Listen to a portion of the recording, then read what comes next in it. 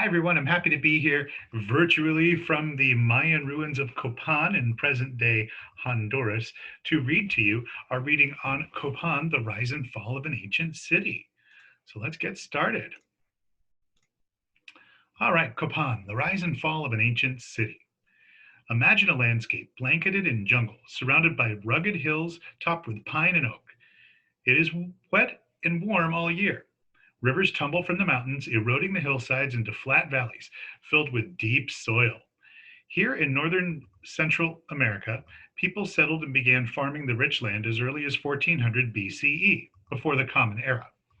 They grew corn, beans, peppers, and other products with the ample rain and sunshine. They lived simple lives in small villages. This way of life changed in 426 CE, or the Common Era, when a lord invaded the valley and founded the city of Copan and declared himself king. The king was the social, political, and religious focus of the city's life. There were two main classes of people in Copan: rulers and commoners. The Maya king and the priests made up the ruling class. Peasants and slaves were commoners. Rulers and priests lived within the city, while the common people lived on farms and settlements outside of the city. They came into the city for special events and ceremonies and festivals. Maya religion was based on a belief that linked celestial bodies and animals to natural systems, a healthy world, and good harvests. They believed that all human beings were included in these cycles and that it was their sacred duty to move in harmony with them. The priests made sacrifices of blood to keep the Maya gods happy. So to sum that up, it means that the Maya believed that the stars and earth and the animals and the trees on earth were all connected. Standing on top of a brightly painted temple in Copan in 700 CE, you would have looked over a vast, bustling city of more than 25,000 people. Below were the palaces, temples, and monuments built from stones from the surrounding area. Central to the city were markets filled with food, gold, jade, cacao, and feathers.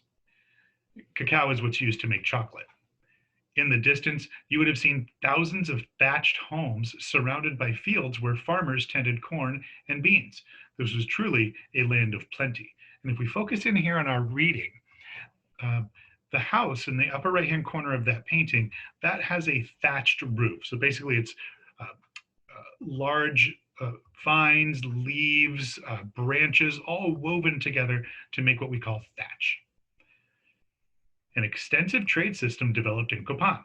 The king traded jade and obsidian, food and materials with other Mayan city states. The Maya developed astronomy, calendar systems, and hieroglyphic writing. They used this knowledge in planning when to plant and when to harvest, and to keep track of the agricultural harvests and trade. Looking over this prosperous center in 700 CE, nobody would have guessed it would be completely abandoned in just over 200 years. The first blow came in 738 CE when Copan's king was killed during a state visit to a nearby city. Over the next 100 years, various people took the throne for short periods of time, but by 822 CE, the royal presence in Copan was gone. Without a leader, the city began to break down.